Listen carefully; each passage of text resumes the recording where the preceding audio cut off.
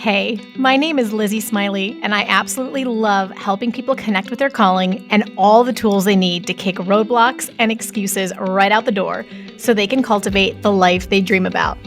If you want to launch, grow, pivot, or scale your Etsy shop, or you've always wanted to develop the mindset and skills to run your own business, then I'm your girl.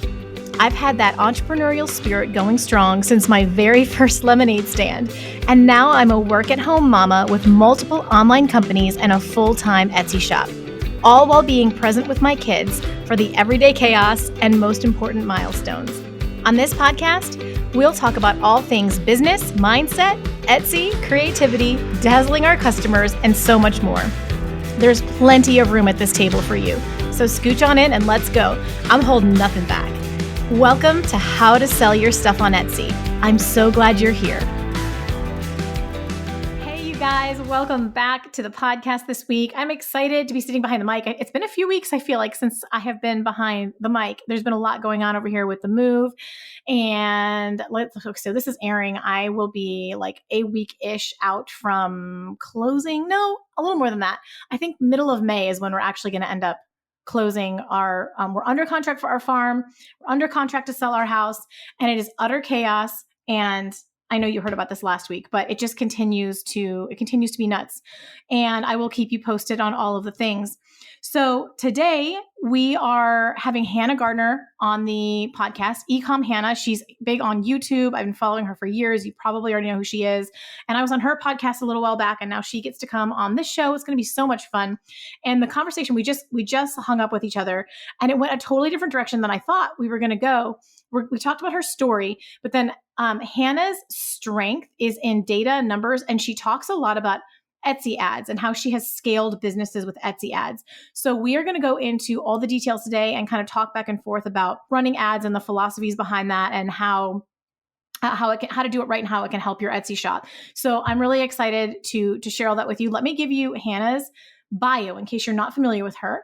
Hannah is a 7-figure Etsy and Shopify seller with experience on Amazon and Wayfair as well. She started in e-commerce in 2018 and has been documenting her journey on YouTube ever since.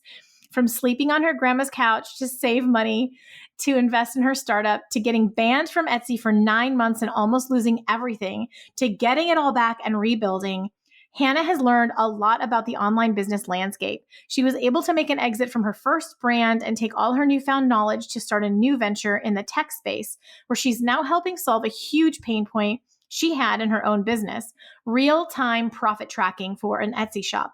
Nothing excites her more than helping the movers and shakers of the world achieve their ideal dream version of success. She aims to do just that with her new tool to give sellers the actionable insights they need to grow and scale successful businesses. I love this about Hannah. She's like super chill. She's become such a good friend of mine, but her brain is a freaking calculator. You would like, she's utterly brilliant. And I love how she thinks and how she breaks it down. And I love how she then goes and creates tools for those of us whose brains don't work that way. So it's going to be a super fun conversation. I can't wait for you to hear her story and meet Hannah. Please help me welcome her to the podcast. Yay, Hannah, finally. Welcome to the show. We've tried to do this 3 times. Yes. Thank you for having me. Yeah, every time me and Lizzie try to do this, we just end up talking for 5 hours. Yes. And then I ended up being on your show first. Yeah, backwards. Yeah. But here we are. Thank you so much for having me. No, it's a joy. Thank you so much, because I have followed you for years. Like, I think I knew who you were already. And then the first time I talked with Cody McGuffey from Everbee, who we're both friends with or work with and whatever, he was like, I think you should have Hannah on your show. And I'm like, Hannah's too big time for my show. No, stop it. Early days. So it's super, super fun to be able to have this conversation. And it's been just the most lovely thing getting to know you. So the pleasure is all mine. I'm pretty much sure that like every listener already knows who you are. There may be a few who don't, because they stick to the podcast as opposed to the YouTube. Well, you have a podcast too. But tell us your Etsy story. I actually don't remember all the details myself, so I'm very excited. Like, what did you do before Etsy? How did you get started? Like, let's start there. Give me the beginning. Like, how did this even happen? Sure. All right, we'll take it back. After, I went to college and I didn't really study anything substantial. I studied hospitality. I don't know. Like, Where did you didn't really, go? UCF. Yeah. Like, yeah, like I had a scholarship. I had in Florida, there's this thing called Bright Future. So it would have not have been worth it if I did not have the scholarship because I literally learned nothing for 4 years. And yeah, but it was like, college, the experience, everything. But I kind of like navigated through college knowing like, they were really prepping you for like corporate, like get a 9 to 5 job. And I just like, I would like lie to myself and be like, yeah, maybe I could go do corporate marketing for like Hilton or something. But I was like, yeah, this is not going to be a thing. So basically graduated college with like no credentials or like anything substantial to like navigate life. But I knew I wanted to own my own business. And so I kind of just started like a lot of people, at the time, especially, I knew people were doing this, like making money online, e-commerce, social media management, all of these ways to like work virtually basically. And so like a lot of people, I just started diving in and trying to figure it out. And, that led me to like online marketing. And so my first like business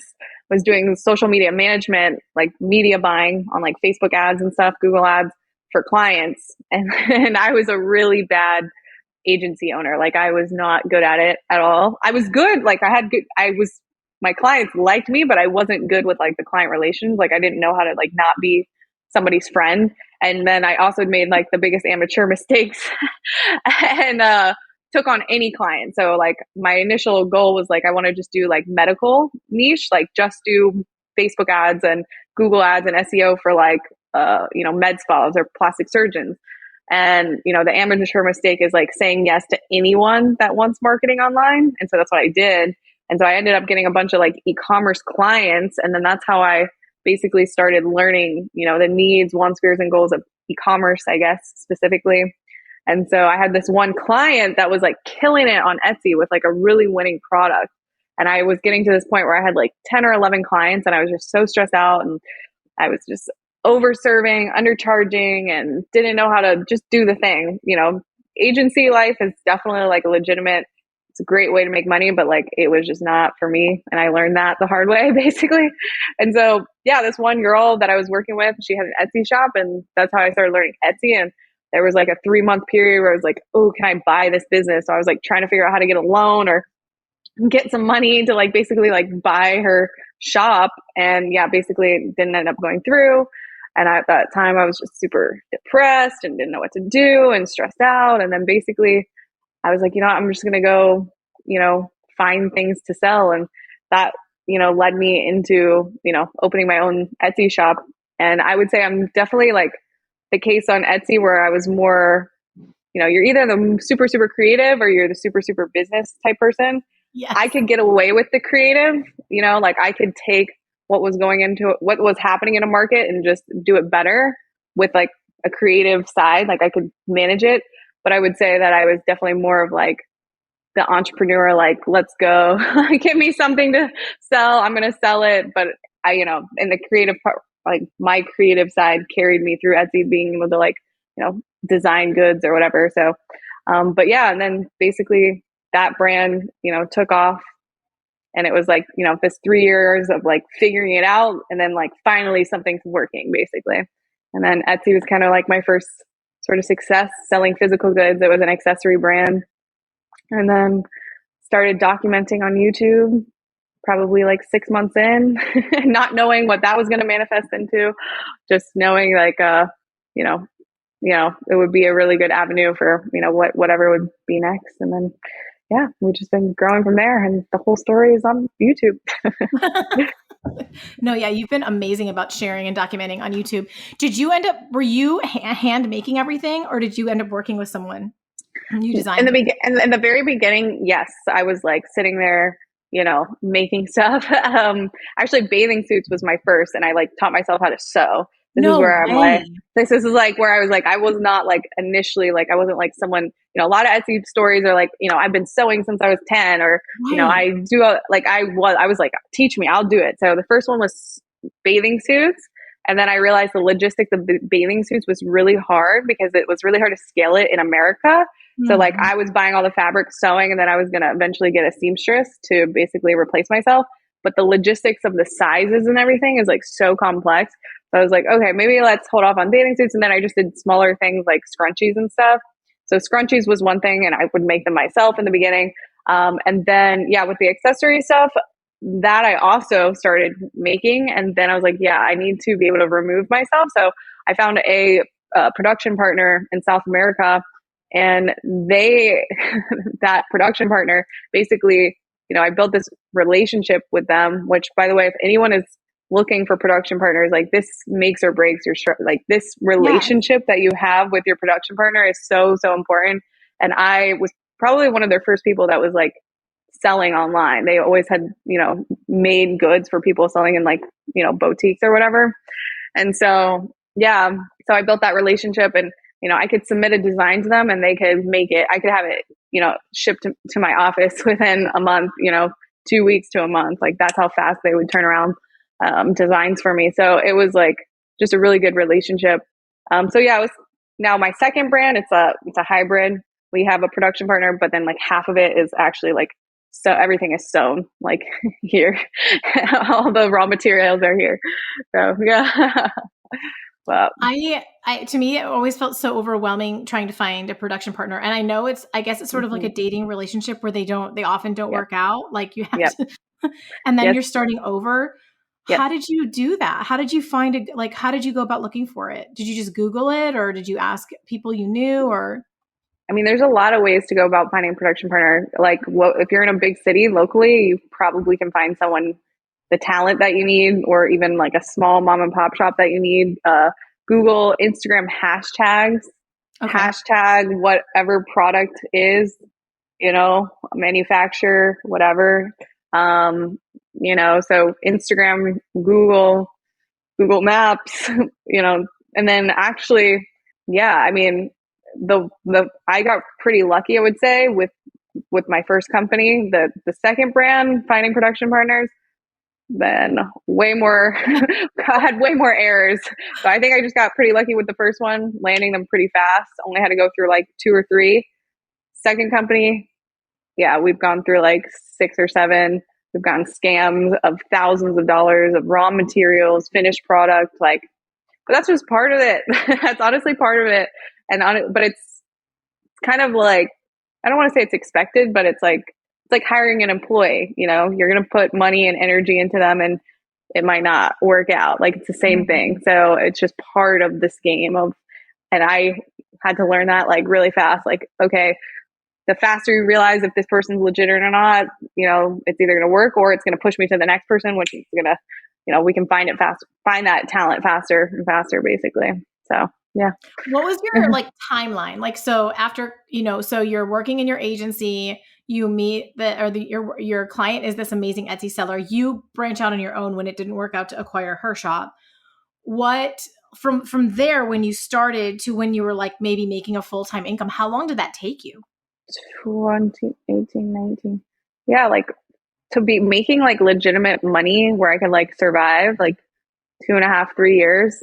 I mean, I was living in your agency in the meantime. You kind of did both. Kinda. I think I like dropped my last client maybe like after a few weeks after I started getting sales on Etsy. Like, I stopped doing it, but I wasn't, even though like I was doing agency or whatever, I wasn't like thriving by any means, because I had spent thousands of dollars on like mentorships and stuff for agency that like was good. And I learned so much about marketing. It's just like me with owning an agency, like, wasn't good. I also got really dialed into the agency community. So like, I was going to all these networking events and like connecting with people. So like, I had the support system there. I just sucked at it. Like, I'm just not a client person. Like, but yeah, so that was like, 2.5, 3 years. And then I'm basically, I had income coming in, but I had so much debt from all these like, mentorships or just stuff that for me, it was like a lot of money to dish out. Like, I don't know, I think I probably spent like $15,000 to $20,000, which was like, when you're broke, like, that's a lot to just like throw on a credit card, which I lied about my income to get this credit card, which I don't advise people to do. That's like super not a lot. I don't know if I should have even said that, but anyway. So yeah. And then I basically was like, my grandma had a spare bedroom during that like period. And it was her office, and she let me use it as my office. And then she bought me a cot like a fold up cot and let me sleep in her house on this cot. And I would like use the office and fold up my cot and then work in my office. Or I slept on the couch. No, that was like for like, I don't know, a year and a half, I would say. Expense is really low and focused on building it. Yeah, I mean, I didn't even have like a car. Like, I just like got lucky that like my dad was like getting a new car and he gave me this like Nissan that had like 200,000 miles on it. My like closet was like the trunk of the car. Like everything was just like, I just roughed it. But you know, like that's just what it is. Like it was that or go out and get a real job. And like, I thought about it for sure. I just, you know, I was like, no, I'm going to make this work. I'm going to make this work. And no, I love that. Yeah. I think when you're young, before you're tied down, like that's a great Yeah. time to do that if you can.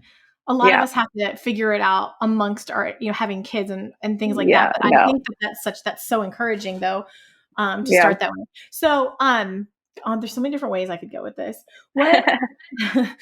Okay. Well, when did you say you started on Etsy in 2018? That was your first year? Yeah, like it was like 2019. I was like moving away from agency, getting into Etsy like 2019. Yeah. Did you have the takeoff in the pandemic that so many people did? Did you have things just like blow up? So actually it was kind of crazy. So like we were already on the uptick.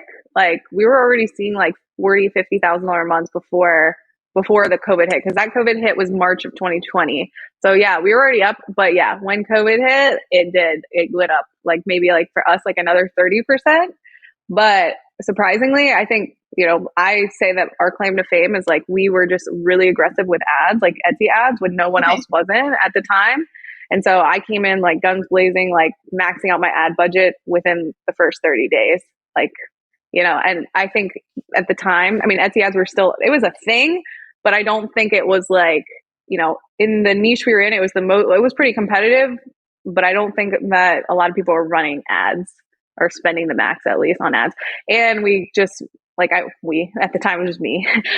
There was no we at that time, but I launched like, I was crazy. Like I got up to like, you know, 500 SKUs within like 6 months or something, like just kept launching, you know? So, and the cool thing with my production partner is we could do very low MOQ. So like I could submit a design, get it back in 2 weeks. And like, you know, it wouldn't cost me a lot out of pocket because I could order like 10 MOQ means minimum order quantity. So like, you know, a lot of times with production partners, you have to have like a 200 unit, 1,000 unit MOQ. But I think that now production partners, manufacturers, whatever, they're starting to lower it. I think when the whole drop shipping frenzy happened, because we weren't drop shipping, we were holding all of our own inventory. But I think when that happened, all of these manufacturers like started realizing, wait a second, maybe we can, you know, double dip here. And so now they're like more open to like lower MOQs. I don't know if I'm saying that that's the unique, the sole cause of why the MOQs have been lowered, but I think it might have something to do with it. But yeah, so I don't know. What else did you ask me? I didn't put this on our talking point list, but I totally should have because you're really unique on talking about it. Can we unpack Etsy ads for a little bit? I think that would be, we've never talked about them here. I feel like that's one of your strengths. You talk about it on YouTube all the time. So here's what I used to use ads a lot once I got a bigger shop and I was able to more than pay for it. Okay. So I sold like, wood signs. They were either reclaimed wood or new wood.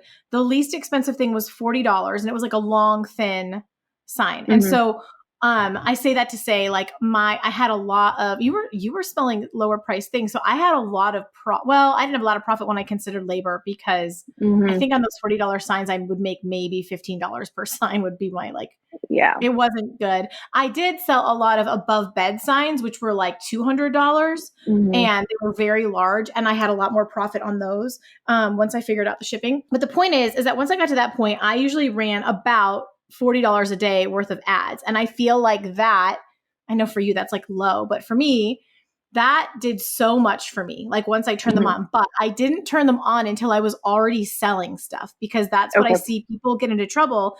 They don't understand that they don't have a good enough product yet, that they're not going to compete for one reason or another. They spend money. They're like, oh, it's just too saturated. They don't realize it's actually their product and their photos. They turn on the ads and then they lose a bunch of money. So I would love your entire take on like whatever you want to share about Etsy ads. No, I actually kind of agree with you. That's actually, you just put it in a way that I never really thought about before. So yeah, you're saying maybe wait till you have market fit, like actual organic. So I do tell people, okay, two things. Like, I'm super aggressive. I turn on ads for everything out the gate. But what you're saying is Same. like, if you're not super sure if you have one market fit, meaning do people actually want what you have to sell? Or if you just like fundamentally have never done photography or design, right? Like, we want to validate that this is going to work before we waste a bunch of money on marketing, which I think both of these are really two valid approaches. Um, Yes. I My don't know if new you, shops, I turn on ads right away because A, I have the money to mm, spend. I'm not worried about it. And B, I know it's going to sell. I know not every listing is going to sell, but I know if I turn the ads on that some of them are going to mm, sell and it's going to teach me a lot. But I don't recommend that to a brand new shop yeah, unless you get the money and they don't care. And then you learn really fast. But I don't want to lead anybody to think like, just go turn on ads. It'll help you. I know I'm watching your wheels turn and I'm loving it. it's like there's two approaches. First thing with ads, there's not one size fits all. So like to preference this whole thing, right? So sometimes I think when people are trying to learn Etsy ads, e-commerce business in general, they're looking for like an exact blueprint. Like, and I know this from experience because I did this with Meta. Like I was looking for this one size fits all, but like the reality is when it comes to ads and media buying, it's not one size fits all. There's so many variables. There's time, there's what you're selling, the competitiveness, the amount of listings that you have, the price point that you're selling at, right? Like somebody selling, $2 digital downloads and has 3,000 listings, that's going to be a wildly different approach and strategy than like me who's selling high ticket. My AOV is $104, and that. So What's pushback, AOV? average order value. Sorry. So like for your by pushback, or I would say like something we could talk about or whatever would be, you're saying that you're going to waste a bunch of money in the beginning if you don't validate your product ideas. But the thing is like it's PPC, so you don't actually have to pay for it when you click. So if you're not getting clicks, that means that there's a reason you're not getting clicks. Like That's a if great point. if your images are not good, you're not going to spend a lot of money. But yes, you could get some clicks, but it's not going to you're not going to get a bunch of clicks on a listing that's not good because if it's not good or the image isn't good, then no one's clicking on it. Now you could have a good image and then maybe the rest of the listing is not competitive. And then, now you just wasted money. But I don't know. It's really at the end of the day, how much you want to spend, when you want to start spending is up to you and how aggressive you want to be. And that's what I tell people. It's like, it's not like you have to come out the gates like me and spend, start at the maxing it out. It's what is real, what's comfortable for you. If you want to do a safe play, then don't turn on Etsy ads and see which ones organically start taking off first and then put a little bit of ad money on that. Or maybe in your case scenario where you're like, well, I have some SKUs. When I say SKUs, I just mean products. I have some products that have low margin. Okay, so maybe in those ones that you're selling at 40 to only make 15, maybe it's not worth it to even have ads on for those. But these high ticket ones that are 200, order value that has, a greater profit margin, there's more room to play. Maybe we only put ad money behind those ones, right? It's not like, do you see what I'm saying? It's really like, it's up to you. And like, you really have to know the breakdown of your numbers as well. Because if you don't know like your exact profit per product after the cost, the labor, whatever, or, shipping, packaging, all that stuff, like you're basically running your ads blind. So like before you turn on anything, you need to know what's the makeup of your product sale prices, But yeah, so no wrong answer there. It's just what do you want? How aggressive do you want to be? What do you have capital invest right now? Is it uncomfortable to invest? If it's uncomfortable, maybe you're probably not going to want to invest a whole lot, right? So maybe just do the safe play, right? So it's kind of, an open-ended answer. It's just what works.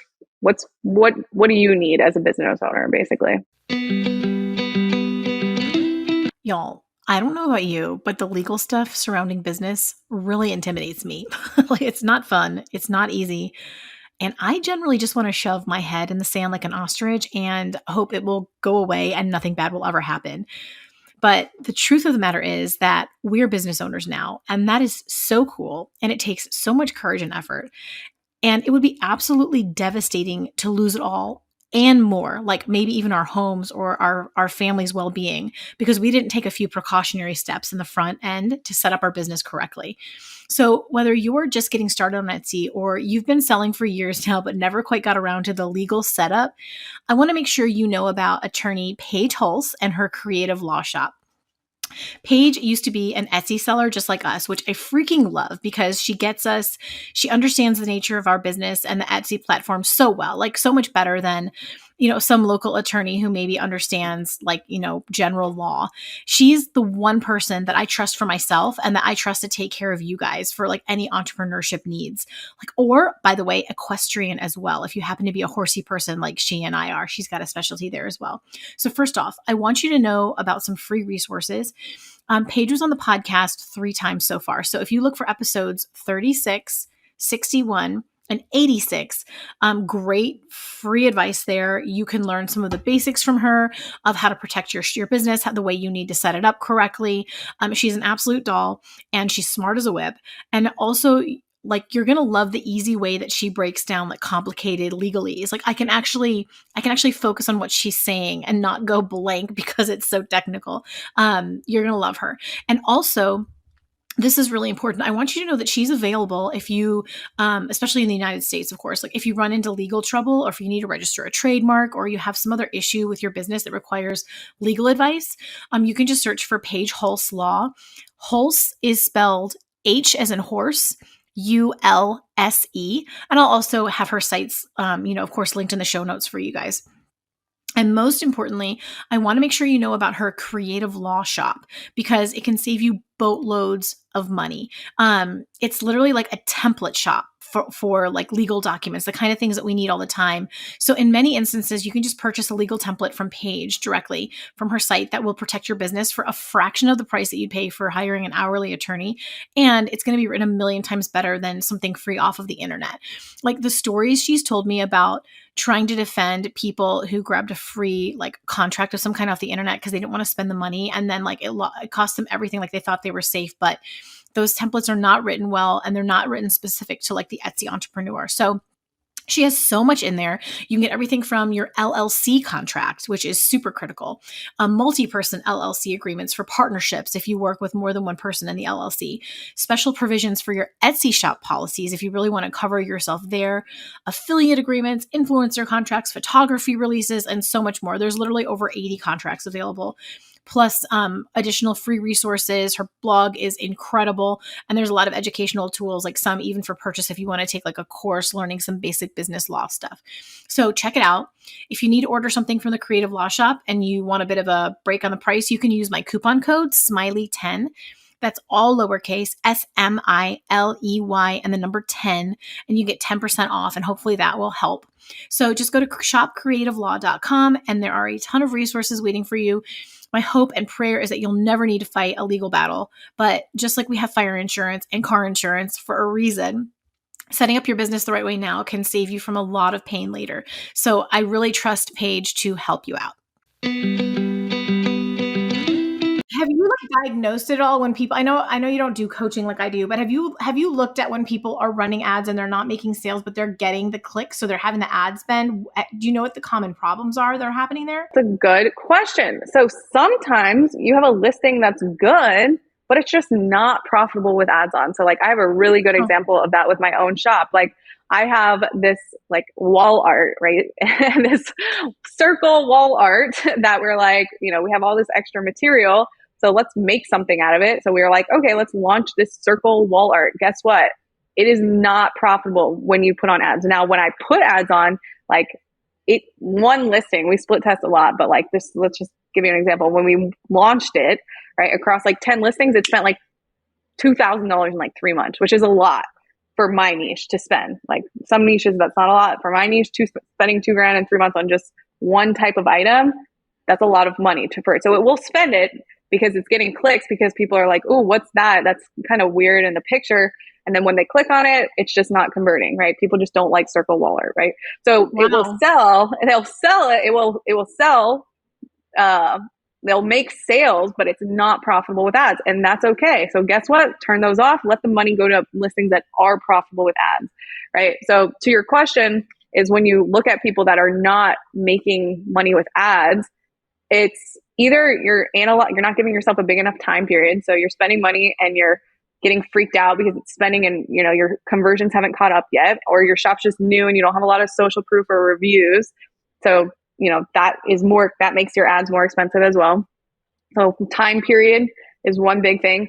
Or there is something that's actually scaring people away in your offerings when they click on the listing. So maybe you have a good image, but your drop-down menus are confusing customers because you have too many variation options, or you're offering personalization plus customization, and you're confusing people. So like there's a drop off, or you have really killer main image, but then the preceding images suck. And like basically you're not suck, but you're scaring people away, because if you don't have cohesive branding on the rest of the images, you can actually scare that click away. So, there's something there, or the value proposition, it's not what they thought it was, or something like that. So there's clear identifiers of why that would be happening. But if you're doing proper competitive research and stuff like that, and it's for someone that's new, it's hard to identify, but like I can look at it very easily and be like, yeah, this is what it is.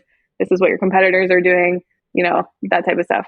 I don't know if that answered your question, but no, it totally answered the question. I think that we've never talked about this much on the podcast before. I've said a couple things here and there. Like my catch-all has always been like, make sure your thing will sell first before putting ad spend behind it. But I tend to be very, I tend to lead people conservatively, because I'd rather not, unless I do a one-on-one with them. And then sometimes they're killing it. And I'll say, what do I need to do? I'm like, you need to turn on ads. Sometimes that's my actual, want to grow, that's what you have to do. Or if it's just a super saturated niche, but I can see that their listing setup, their product, their pricing, their whole positioning is really good. I'm like, you can compete more if you turn these on. Oh my gosh. I feel like there's so much more we could unpack with that. Are there any scenarios? Okay. So no, that was really good with the circle wall art. Sometimes what you're going to actually make profit on the product. See, you're such a good numbers person, Hannah. That's actually not my strength. Your product is you're going to spend so much on ads that you're going to break even or lose money on the product, even though it's selling through the ads. So, okay. So we addressed that. So what else? Actually, let me add to that. So what you just said, break even. So this is also something that's subject to the person running the ads, right? Like it's not like, so another big question is like, how much should I invest before I turn it off? Or, when do you turn them off or keep them on or break even, whatever. So it's up to you. It's up to how hard is it for you to make the product? If you're just selling print on demand, not just selling, it's not like you're just selling, but like if you're selling print on demand and you don't have to touch the product, you can decide what marketing cost percentage you're going to allow to eat up in your profit on that listing, right? So maybe, in a niche like print on demand where you're making at best 25 to maybe 32% profit before marketing, maybe you only want 8% to go to marketing. Like you don't want your cost to go above 8%, so that you're still clearing, 20% profit on the listing, which is pretty good to making a 20% profit is really good for never having to touch the product. Or maybe like you, where you were making these bed frames where it's a pain in the butt to make these things. Maybe you always want to make at least a 40% profit margin, right? So that means that you can't not let your ad cost percentage go up past whatever, 10%, I don't know, whatever it is. So you decide how strict you want to be with your ad. So it's not like that it's not one size fits all, right? So for me, like I'm okay with making 20% profit after marketing, right? Some people are not okay with that. They want to make 30%. So that determines how soon or how fast or how slow you're going to turn things off, basically. And me, I'm willing to break even on my items on the ad level to gain a review, to maybe get a repeat buyer, to show Etsy that we're getting more purchases. So like, I'm okay with making, so I'll let my ads go to break even on the ad level, where some people, maybe that's not good enough. Maybe they want to be profitable on the ad level. So it's just, it's like knowing your numbers and what are your thresholds, and you decide your own thresholds, not me. You decide what you're comfortable with giving up to your marketing, Can you talk about that a little more though? Like, why are you comfortable with that? Not in a critical way, and like a curiosity, because I actually agree with you, but I don't think a lot of newer sellers think that way. So why would you be totally fine with making a break even? Okay, this is a good question. Okay, so, and this is also where it's niche sensitive. So my home decor niche, I'm selling, my sale price is at the top of the food chain. Like we're selling high ticket home decor, right? Whereas if you're selling $3 digital downloads and you have 3,000 listings, when you set your budget to $1,000 a day, you might get $1,000 of clicks. You might spend $1,000. Me selling high ticket home decor, we scare so many clicks away just based off our price point. So when I set it to 1,000, right, it might only spend $100 to $200 a day. Where if you're selling print on demand or something lower ticket, you might actually get 1,000 clicks, which is good if it's profitable. But selling. That just means that you really want to make sure that every dollar is being spent is getting dispersed to the listings that are giving you the best return on your money. Where my budget's not even spending close to $1,000 a day, even though I have it set to $1,000 a day. So I have room in my budget for it to go to these listings that will just break even, right? Where if your budget, does it make sense? If your budget is actually spending the $1,000, you want to make sure every penny of your spend is making you the best case scenario outcome. So that means that if something's not making you money or it's break even, maybe that's not good enough, you need to turn it off. So then you can let that money go to things that are making you 5x, 6x. So break even isn't good enough, right, for you because your budget's actually spending the max of the budget, right? Mine's not. I have a lot of budget. If it's only spending $200, there's $800 left in the day to spend that's not spending. So I'm okay with just letting the money go to the break even. Does that make sense? Yeah. So there's some strategy you have to pay attention there too.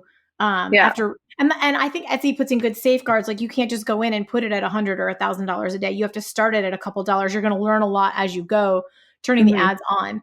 But for you, you're saying like it's advantageous for you to break even on a sale because you're moving so many, or because my budget's not spending. So like the reason it's not spending is because we're not getting $1,000 worth of clicks. Well, also it's also one product type basically. Like there's two product types, wall decor and like another home decor product that is like our bread and butter or whatever. But so for us to get the budget to spend, we need to sell cheaper things so we can get more clicks.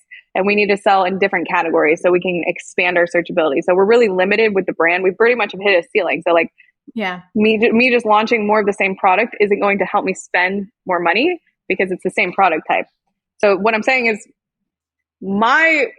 because I have so much budget left over at the end of the day, right? It's okay for me to let the budget go to the ones that are going to break even because I have so much budget. Where if you're selling in a niche where when you set your budget to the max and actually spending the full max, you don't want any of that money going to listings that are just breaking even. You want the money to only give you. Does that make sense? Is there a dog behind me? But I also, if you're watching on YouTube, guys, is it a Great Pyrenees? No, it's a Labradoodle. Oh, it's a doodle. Okay. I didn't see the head at first and just this big white body. I was like, whoa, cool. No, that's awesome. No, we encourage the photo bombings of the pets. Okay. But I do think it's also, you've alluded to this other point that it is great for your shop to have activity. That's like an extra win. So like, even if you break even, you don't make money on a sale. I'm trying to talk to like a newer seller. Yes. It still helps you because you could get a great review. You could get just actually the more sales that you have, the more that Etsy shows your listings. So for example, I would have days where one particular sign would sell early in the day. And then that day it would sell 10 more times.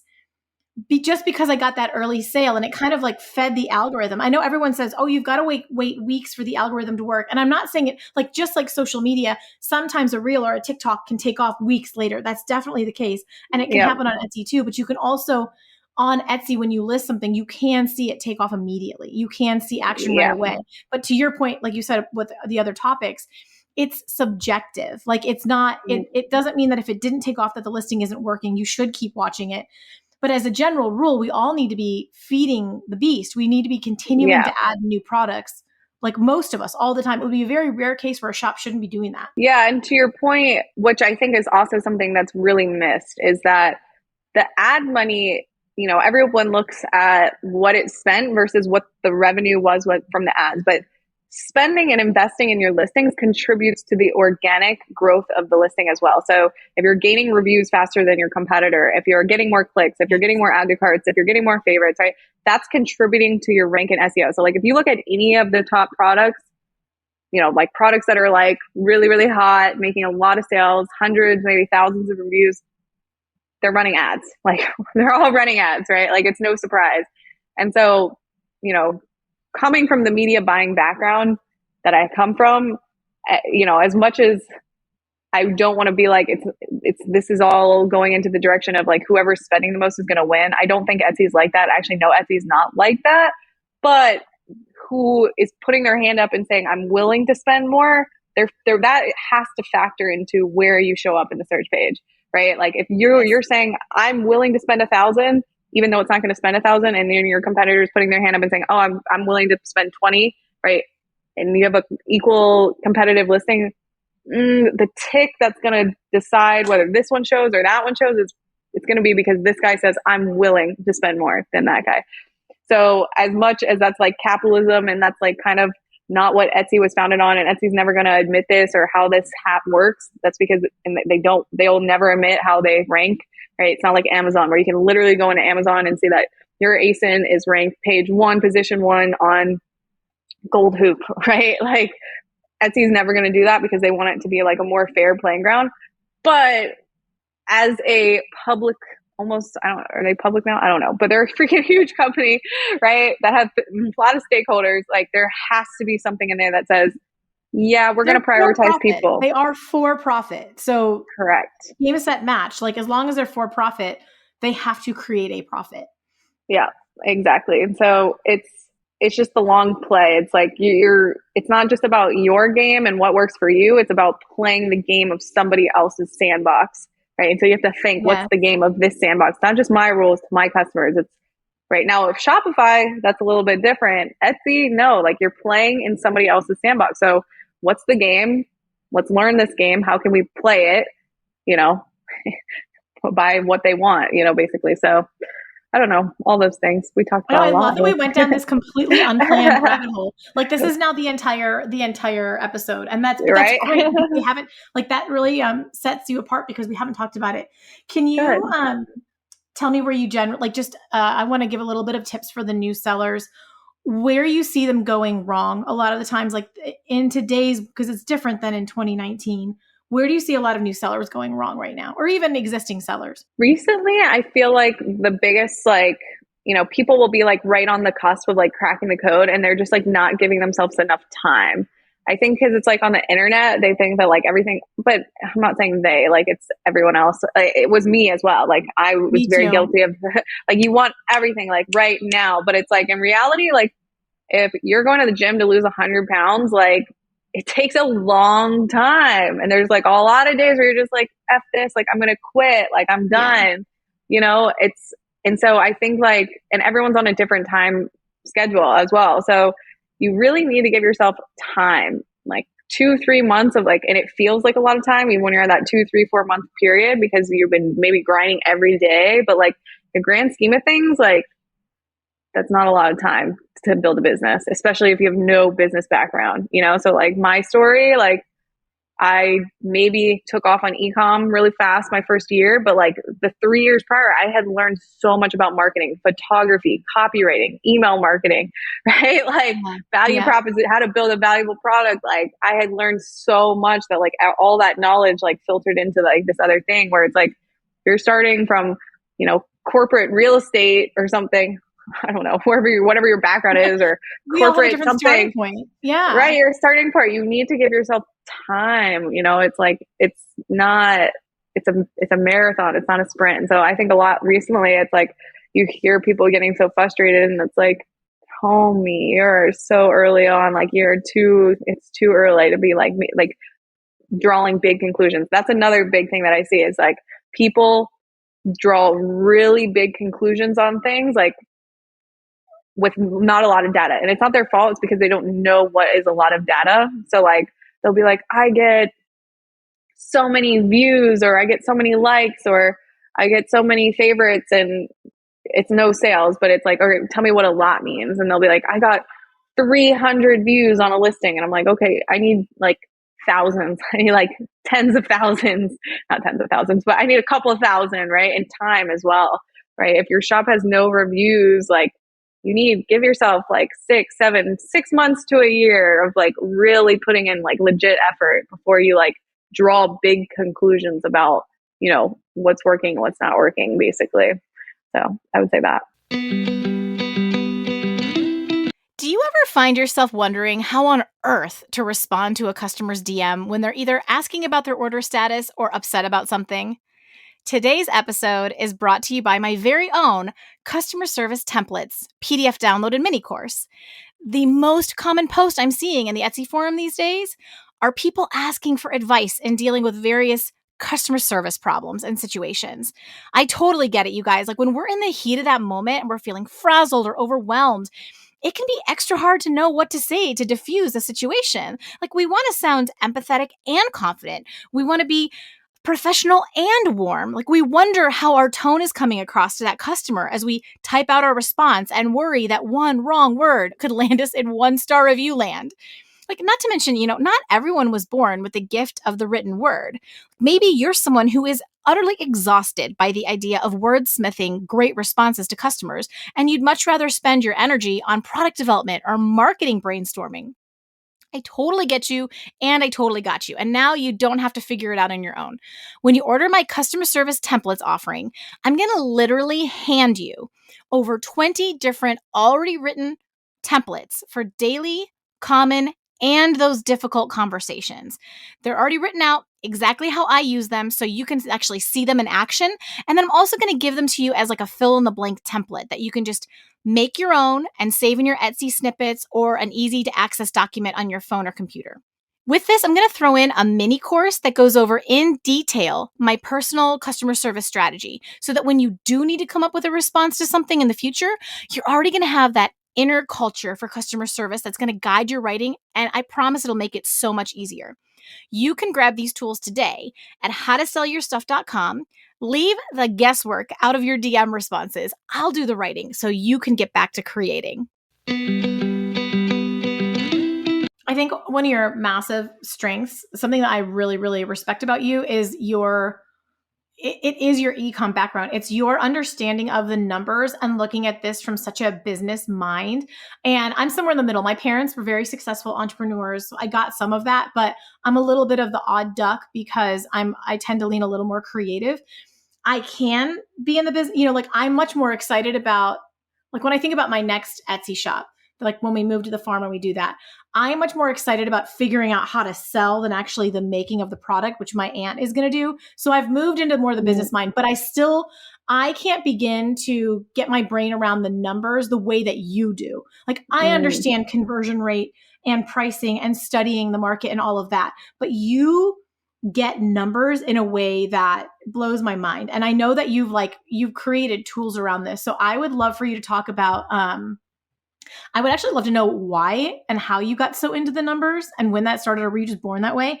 And then I would love for you to share like the projects you've been working on to help people like me be able to do a better job with the numbers. Yeah, I don't know. I think like even like when I was little, I would just always be thinking in terms of how much does that cost? How much money does that business make? Like really young, like weirdly, like I don't know. I'm just always thinking about money. I don't know, but it's not even like I care about money. Like I'm not materialistic. I don't. You're not. It's amazing. Like I wear my.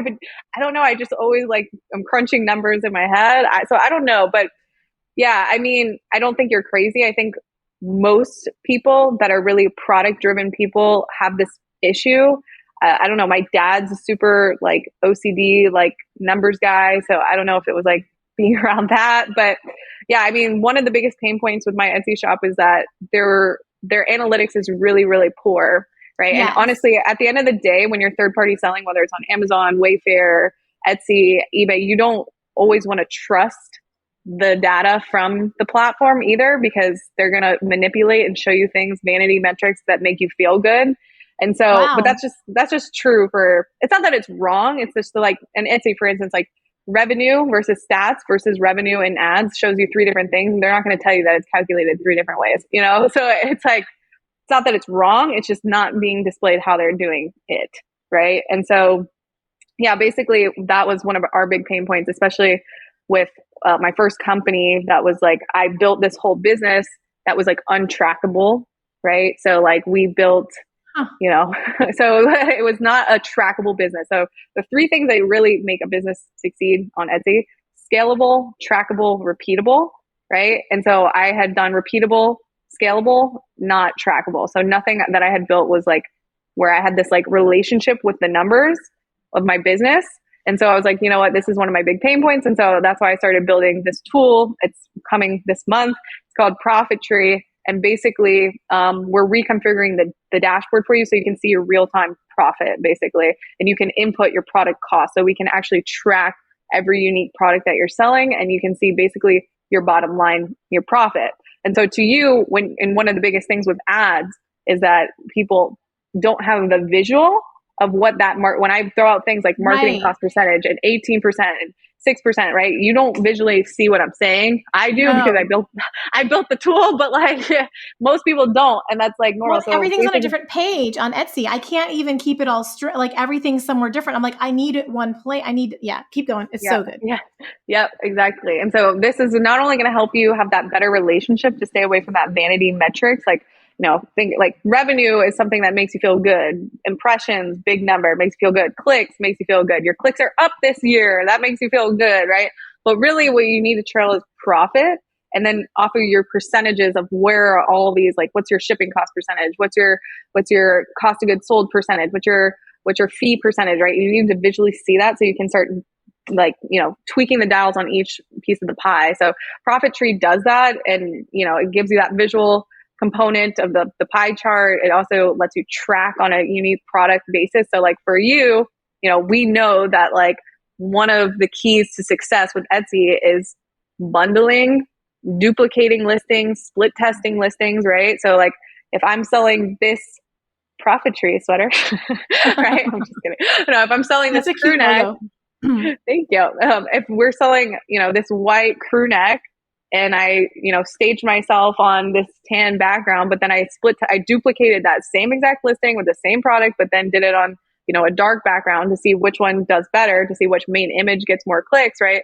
And you get sales on both of those listings. We can consolidate the data for that unique item to show you all of the sales for all the products that you have duplicated or replicated. Are you following me? Oh, I'm totally following you. And I'm just thinking too, though, with my listener base, I would love for you to explain why that's important. It's important because we're breaking down your profit on a per product level. So your listings, you have a listing and then you have products in that listing. So for digital downloads, this is not really a thing as much unless you're manually doing, you're setting up your digital download as like a physical product and then sending it on the back end or something like that. But digital downloads kind of not as of an issue. But if you're selling physical goods, a component to success of selling physical goods is having upsells and downsells, right? So bundling, having, more product offerings, which then very nature of that means that you're going to have drop down menus. So we can break down within those drop down menus what products, are making you the most money. So if you go to a listing that's performing pretty well, we can say, actually, the number one product in this listing is option number 4. This is the one that's actually making you 80% of your sales on this listing, but you don't have that product in the main image. Maybe you need to switch the main image, right? Or maybe, I don't know, it just gives you so much information. Maybe it's going to save you so much time because this is the kind of stuff that we have to Etsy. I remember a few years ago, my dad was like asking about he's a computer programmer. He's been extremely successful, writing really intricate code. And he was just like wanting to see the stats. And to your point, he was like, I can't believe how little the Etsy stats shows you. You can't even see at a glance what your best products are and why. And that they can't calculate your profit. They don't know what you're spending on your shipping and all of that, but just the factor of not being able to tell you what sells the most. So you are saving people so much time because at a glance, they can see where to put their effort. They can see where to scale. They don't have to guess. They can literally let the data lead them. And it's not this big cumbersome thing. Because someone like me, I am never going to sit down and try to write all that out and figure it out. I'm not. I'm just going to go look at pretty pictures on Etsy and be like, okay, I'll just make that product next. It's going to be totally gut. It's going to be totally just like, I'm just going to throw more spaghetti on the wall. And I am not a dumb girl. I am actually super smart, but I'm just not going to spend the energy in that because it doesn't come naturally. So you literally solved so many problems for us, Hannah. Thank you. Thank you. Thank you for saying that. So yeah, it's been a long project, and I still think that it's okay to throw spaghetti on the wall. Like it's okay to, Good. sometimes it is, sometimes it's okay. Sometimes you need that because you need that creative, because it's not just all data. It's also, you need that creative component of like, hey, I have this idea for this thing that no one's really doing.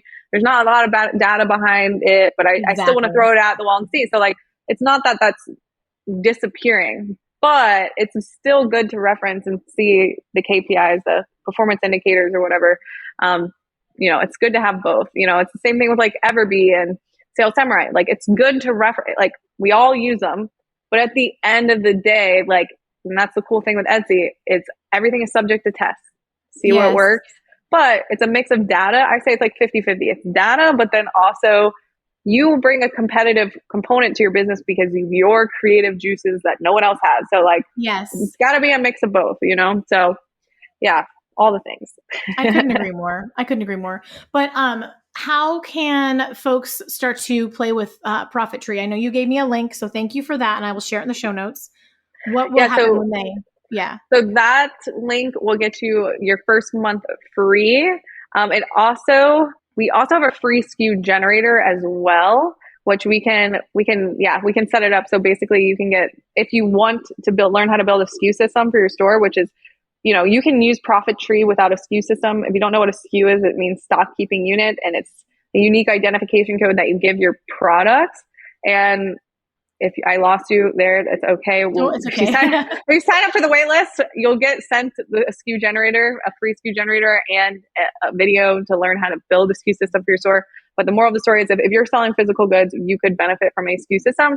It also will make your experience with Profittree, that whole situation that we were just talking about how we consolidate data on products that sell on multiple listings. You can't do that unless you have a SKU system, but even if you don't have a SKU system, you can still benefit from profit tracking with Profittree, even if you don't have a SKU system.